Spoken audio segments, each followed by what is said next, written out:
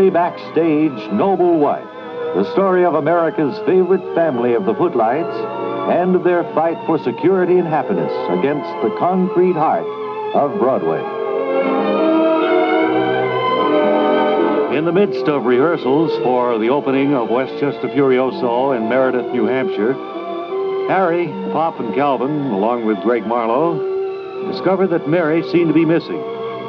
Now, as rehearsals come to a halt, we see our friends on the stage at the town hall, and we hear Greg saying... All right, I guess that should do it for today. I think we can all go back to the hotel. I think I'll take a run downtown and report to the police that these spooks here are interrupting our rehearsal at the theater, and also report that Mary's missing. Well, I thought maybe I'd grab a cab and drive around town. Maybe I'd spot her someplace. Well, I'll go along with you, Harry. Well, I will, too. I don't want to go back to the hotel. No, I don't. I'm full of the old vim and vigor. Well, its town isn't too big. We should be able to... Yeah. What a beautiful day. Don't see any cabs, do you? Well, you have to wait a while. Hey, cab. He sees us. Okay, Greg, you're going back to the police department. I'll see you later. All right. So long, guys. Okay, Cabbie, how do you... Okay, let's get in. Why not? Let's open the door here and get into this cab. There we are. Huh? Where to? Why, we just want to cruise around town, ma'am, and we're looking for my wife. Look. What? Look at the cab driver. I didn't get a look at his face when we got in. Where to, boys? Well, we just want to drive around town for a bit, Cabbie, so we can have a chance to find my wife, maybe, if she's walking around somewhere. Well, that could be pretty expensive if you just want me to ride around town with you. Hey, Harry. That old meter will run up like nobody's business. What is it, Bob? You notice anything familiar about that boy? Tell you what I'll do. I'll take you run out. No, I don't believe so. Jump. I'll go out this way. Then I'll cut back by the river road. All right. And then we'll go over across the railroad tracks into the factory area. And Hey, Harry. What? keep your eyes peeled for Haven't whoever you you're looking for. Heard that voice somewhere before? No, as I said, I can't place it, Pop. How about you, Calvin? Well, from here it looks like Mary, but that's silly, right? Like Mary? Yeah. Driving a taxi cab? Driver, you a native of Meredith here? No, I don't know where I all came from. I just been driving a cab for a few days. Sure sounds like Mary's voice. Well, now... There you are. You mean we've seen the whole town? That's pretty much it, I guess, huh? I didn't That's even it. see the dump area. This isn't exactly L.A., you know. Well, no, but there's more than one street. So long, sport. See you in town. I swear that's a familiar voice. You know what? She What? didn't even ask for money. You're right. How are you going to die? Oh, what a friendly town this is.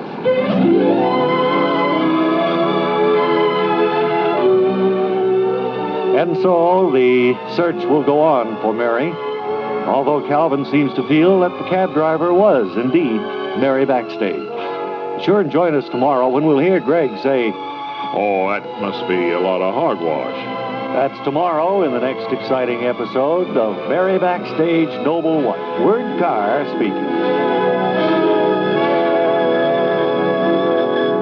And right now, it's our Geriatric's Corner feature that attempts to create better understanding between employers and some of our senior citizens. Employers would do well to hire some of these people. Isn't that right, Mr. Elmer Garvist? It was right during the days of the Cleveland Gold Rush, too. Yes, sir. Cleveland? Yes, not too many people know about that. And did you know that silver was once discovered in Philadelphia? No, I didn't. And, sir, I think maybe I could respectfully ask first just what is your age? Well, I'm a bit vain about that. Let's just say that I'm over 98 and under 120. Well, you must have been around when Lincoln was alive. Oh, that guy. Well, we won't go into that. Better not. I could go on for days about him. All right. Well, Mr. Garvist, to what do you attribute your reaching the age of 98 or over? Work. Keep working. Mm-hmm. Right now I'm doing some freelance longshoreman work on the docks. Isn't that strenuous work for a man of your age? Not if you know how to swing a bailing hook. There's a trick to it, you know. Uh-huh. What is the trick? Well, you can go whistle in your hat, Sonny. Oh, I understand. Mr. Garvest, are you married? No, I divorced my wife about 80 years ago. Actually, the divorce isn't legal yet. I'm waiting for the final papers to come through. Then you'll be a free man. Free as a bird. Any chance for a reconciliation? Not as far as I'm concerned. I met her recently in a Cuban hotel. That's when we were having the trouble down there about a battleship that was blown up, and she carried on and all like that about her wanting to stay married, but I got her a job on a sugar plantation instead, and I've had no trouble from her since. Well, you mentioned before that you were doing freelance longshoreman work. Do you look for other jobs in your spare time? Yes, I do. I suppose you find employers hesitate to hire a man over 98? Oh, I sure do, What do you think the reason for that may be? Well, it's hard to say. Just last week I applied for a job as a typist and got turned down. Seems unfair. Well, not really. You see, I don't type at all. But when you get on, the idea is to keep busy. Ephraim Stoker taught me that. Boy, he works like a beaver. Who's Ephraim Stoker? He's a friend of mine, twice as old as I am, and he really gets around. What sort of work does he do? He's in show business. I believe he's scheduled to appear in some nightclub around here next week. It's hard to believe a man that old being in show business. What kind of an act does he do? Well, first he comes out and shows some relics from the old days. Yeah. Muskets, powder horns, things like that. Sure. And then he hits them with the one line in his act. What does he say? Well, it's more for historians than for a nightclub audience. He tells them that at the Battle of Yorktown, General Cornwallis had rickets and was unfit to fight. Well, thank you so much, Mr. Garvis. You want to be driven home in a magnificent limousine provided by the self-drive people? No, I think I'll run up to Washington Heights. That's where I live. All right, suit yourself, sir. Thank you.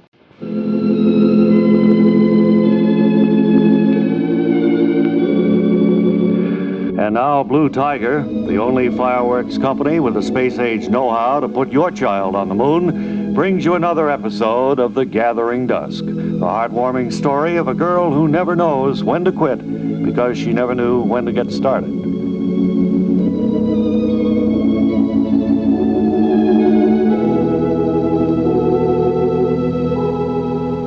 As we look in on the Bessinger household today, Edna is lounging on a chaise lounge in the downstairs lounge. It's mid-afternoon, and Dr. Gladlow, the county coroner's deputy in Red Boiling Springs, is just arriving.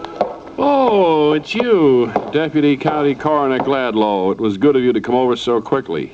When I called, I wasn't sure you'd remember me at all. It's been so many years since I've seen you. Well, when you're a coroner, a lot of the people you deal with never see you at all. That's just a little joke one of the boys at the morgue came up with the other day. Well, it must be nice to work in a place where everybody clowns around a lot. When I was pursuing my career, it was just all business. Well, I didn't realize you ever had a career, Miss Bessinger. You've just been in here with the shades pulled for as long as I can remember. Well, this was some years back. Oh. You were probably still freezing stiffs over at the county seat then. But I was once quite a well-known librarian here in the village. Oh, really? I wasn't aware that your health had ever permitted you to work outside the home. Yes, I filled in for Grandma Wanderman for almost a week at the checkout desk in 1937.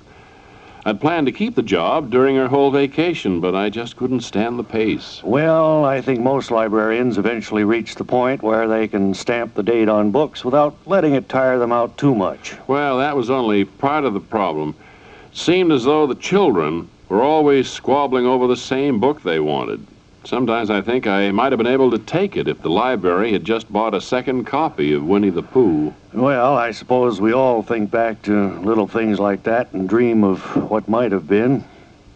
But was that the only thing you called me over here to discuss, Miss Bessinger? No, not by a long shot, Deputy County Coroner Gladlow. I've just been sitting here in stark terror all day because there's a human hand sticking out of one of the bureau drawers over in the corner. It must be the body of a very small person stuffed inside there. But I presume your department handles dead midgets with no questions asked. Well, we ask questions regardless of the size of the person, Miss Bessinger.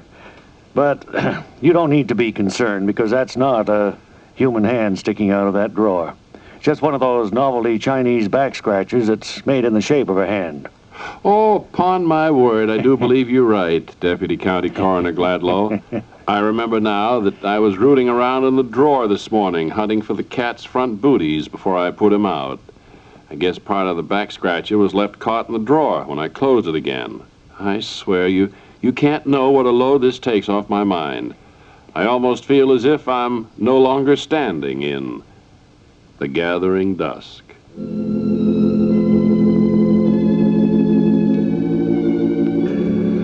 Can it be that Edna's freedom from fear of a dead midget in her bureau drawer may at last pave the way to future happiness?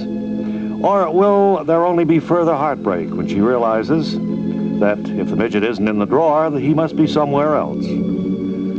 Be sure to join us next time for the next exciting episode when Edna goes to the village in the gathering dusk.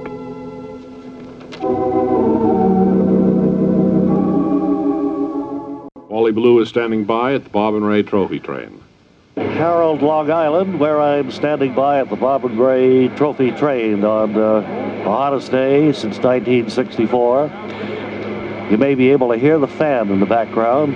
We don't have air conditioning, do we, Mr. Gilmore? No, we don't. This is the manager of the train who's been responsible for its trip across the country. And it's Stifling in here, too. I'm afraid some of the trophies will be affected by this intense humid heat. Some of those early plastic items might actually melt. And those old 4th and 5th grade class pictures of Bob and Ray's certainly can't take this heat. They're beginning to buckle. They're curling up there, I can see it.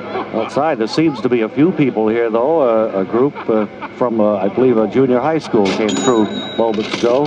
Yes, we had a group here from Port Washington come through here, and they're enjoying it very much. Although most of the kids are saying, who are Bob and Ray? They don't seem to be familiar with them. Well, you explained in your lecture, don't you? Well, they have a 40-minute lecture and a slide presentation before they go on to the They really know who Bob and Ray are when they get off. Oh, right? you bet, and they truly appreciate what they've done.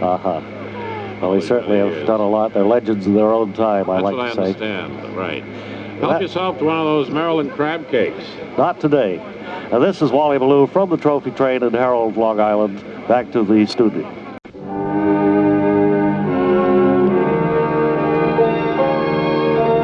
Welcome now to another episode of Wing Po, the true-to-life story of a Chinese philosopher who wanders across the American frontier in search of work. As our action-packed drama begins today, Wing Po has just entered the small rundown saloon at Bitter Creek and is approaching the bar. Howdy there, young fella. What'll it be? It will be as it has always been, for life is much like the rolling wheel of the ox cart. If we are to know how the spokes shall move on the next turn, we need only remember what they have done before. You're from out of town, ain't you? The thought you express reflects knowledge. I have traveled far in the hope that I may see from below the same tree limbs which the soaring hawk can only see from above. Do you want to give me a drink order now, or do you think maybe you've already had too much? I do not seek the goods you sell, for the drink that deadens the mind must also blur the inward vision of the spirit. And he who sees only outward is much like snowflake, which can fall no other way except down. Look, fella, I don't want to seem unfriendly, but why are you taking up space at my bar if you ain't planning to be a customer? I intend to be no more burden upon you than Meadowlark, who rides the buffalo. I am here in search of honest work. Oh, well, why didn't you say so? I take on drifters here from time to time. What can you do? 10 bar, deal faro, or what? I can offer the philosophy that opens the gate to age-old wisdom. Yeah, well, everybody who comes in here thinks he can do that. All I need is somebody to wash beer glasses for 50 cents a day in meals. Your generosity overwhelms. But the rainbow of color left by nature upon the dirty glass is not a thing to be washed away. It must be held to the light and carefully perceived.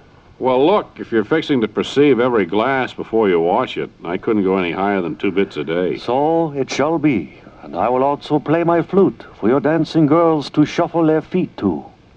Clifford, why are you standing here talking to the only customer in the place when there's booze to be toted up from the cellar? Please, do not place blame upon his shoulder. The fault for speaking too long is mine. But I find it difficult to dispense only a little wisdom. Clifford, who's this clown in the kimono staring through that empty beer glass? I am Wing Po. He's a philosopher I hired to wash the glassware, Nettie, but right now he's just perceiving that empty one first. It is true, for life... He's doing what with it? It's sometimes a hard thing to explain. No, it ain't. He's perceiving the beer glass, Nettie. He says nature puts all kinds of rainbows and things inside dirty beer glasses. So he's got to perceive each one before he washes it. He speaks the truth. See how the yellows and golds catch the glimmerings of light. For one who seeks to know the ingredients of the sunrise, look no further. Well, we've had a lot of loonies around this place, but you're the first one who thought the sunrise was made out of stale beer. Now, are you going to pick up your flute and leave? Or shall I part your hair with this crowbar? Let there be no violence. I shall go, for destiny has so ordered it. Bye-bye.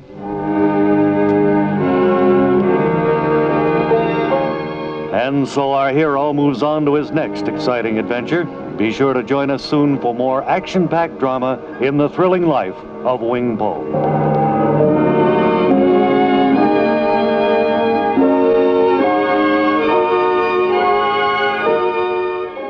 It's time to gain more valuable tips for you home handymen as we pay another of our regular visits to the basement workshop of Fred Falvy, the do-it-yourselfer. Fred, it seems kind of hard to walk in here today.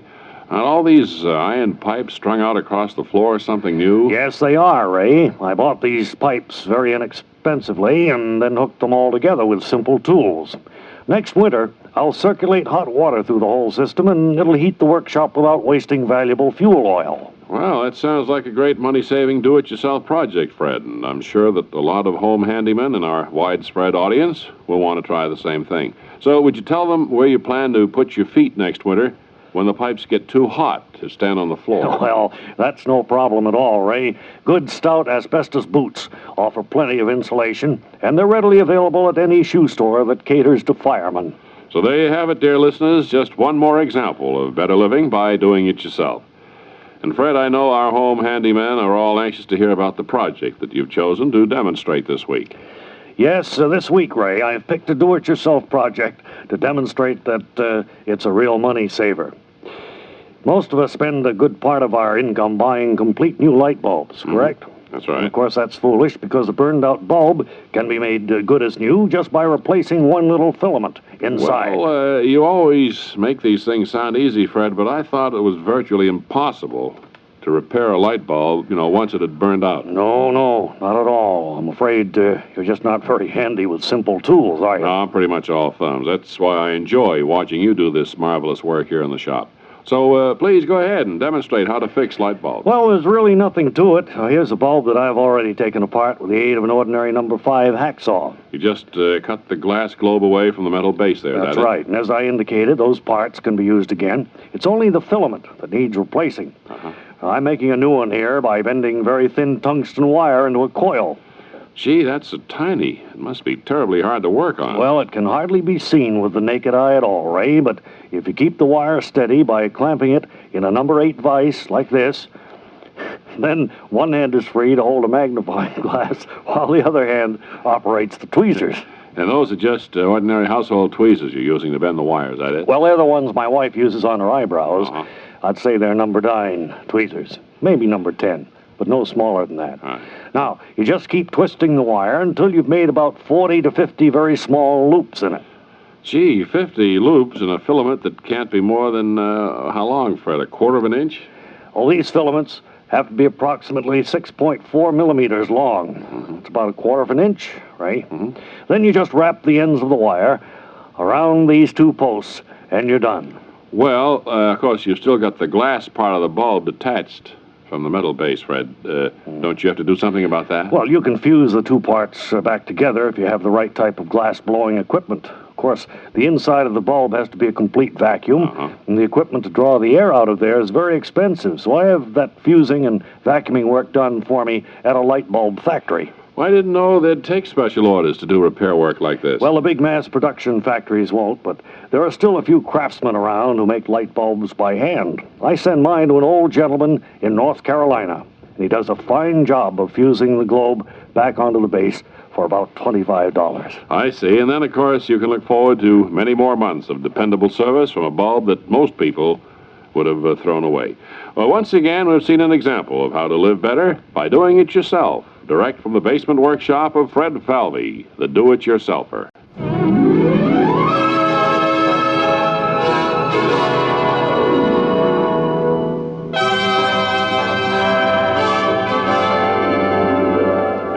the Kraft-Weiler Industrial Cartel, producers of all sorts of stuff, made out of everything, invite you to widen your horizons.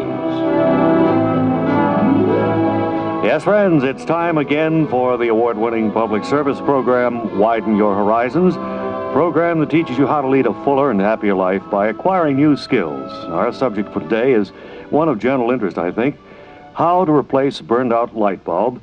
And to lead the discussion, a real expert on the subject, Mr. Chester Wadsworth of the Blue Lightning Electric Company. I think I'm correct, Mr. Wadsworth, in saying that your firm is the nation's largest producer of light bulbs? Well, we produce more 55-watt bulbs than any other company. You see, most of our competitors make 50s, 60s, but we have the only 55 on the market today. So, of course, you lead in that division, eh? Well, we lead in production. Now, as to whether we sell any of them or not, I just couldn't say. You have to check with the sales department. Well, on that's that. really not too important. You mean it's not too important to you, or not important to the sales department? Well, which? I meant it's not too important to our discussion here. Mm-hmm. What we're primarily interested in is how to replace burned-out bulbs. And you were telling me before we went on the air that only about 20% of the people in this country know how to replace a light bulb when it burns out. I That's find right. that hard to believe. Well, you see, most of the lamps you buy today already have bulbs in them. The average person believes that when the bulb burns out, you have to throw the lamp away. Well, it'd be a terrible waste if people did that. Well, of course, the lamp manufacturers encourage this public ignorance, and it's up to us in the bulb game to educate the public. Well, I see that you brought a lamp along with you today, and it's plugged in, but it isn't lighted. Now, does that mean that there's a burned-out bulb in it? Yes, that indicates that the lamp has a burned-out bulb, yes. Well, then suppose you go right ahead and demonstrate how a person would go about replacing it, will you? Well, it's almost self-evident, but before you can put in a new bulb... You have to get rid of the old one. That's right. Now, this is the step that hinders many people because they think that it has to be pulled straight out by brute force. Actually, it screws out quite easily. Well, you do make it look quite easy, Mr. Wadsworth. I suppose even a child could do it. Well, that would depend a lot on the dexterity of the child, of course, but any normal adult can do it. Now, you'll notice that I have the old bulb out here, and I merely take the new bulb. Ow! What's the matter, Mr. Oh, I Wadsworth? got my finger on the socket. The current must be on. I can't move. Well, maybe your feet are wet. They say that can make a person turn purple when he sticks his finger in a light socket. You think you'll be able to get on with the demonstration? I can't move. I'm stuck here. Oh, well, that's all right. We're running a little short of time anyway, so I'll just say that you've been listening to Widen Your Horizons, and our guest speaker today was Mr. Chester Wadsworth. Copies of his remarks may be obtained from your local agent of the Kraft-Weiler Industrial Cartel.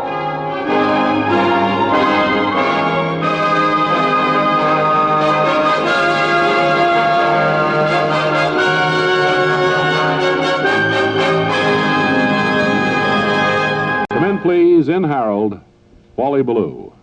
Ballou here in Harold, and it's a little bit quieter today than it has been the past week or so that we've been here. I don't think we've worn out our welcome. There was a good crowd of people over the weekend. Mr. Gilmore, Yes, sir. how do you size up the situation this afternoon? Well, we've had a lot of 10th, 11th grade students come by because they didn't have to take their Regents exams because of the big scandal, you know. Oh, yes, yeah. So rather than go to school to take their Regents test, they've availed themselves of the opportunity to come here and to go through the Bob and Ray Trophy train. Well, that's so I don't good. know whether it's a mixed blessing for them or what. I don't know. Well, I have no opinion on it. They seem to want to come here and see the Bob and Ray memorabilia. Uh-huh. I just know when I was a kid, if I didn't have to take a test, I figured that was good luck somehow. Right.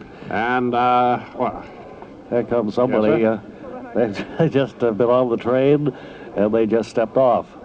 and so we're going to leave Harold now and head up towards New England. Oh, you're taking it out of town, huh? Yeah, we've just about, I think, saturated the market here. Well, that's it, Wally. Thanks for that report.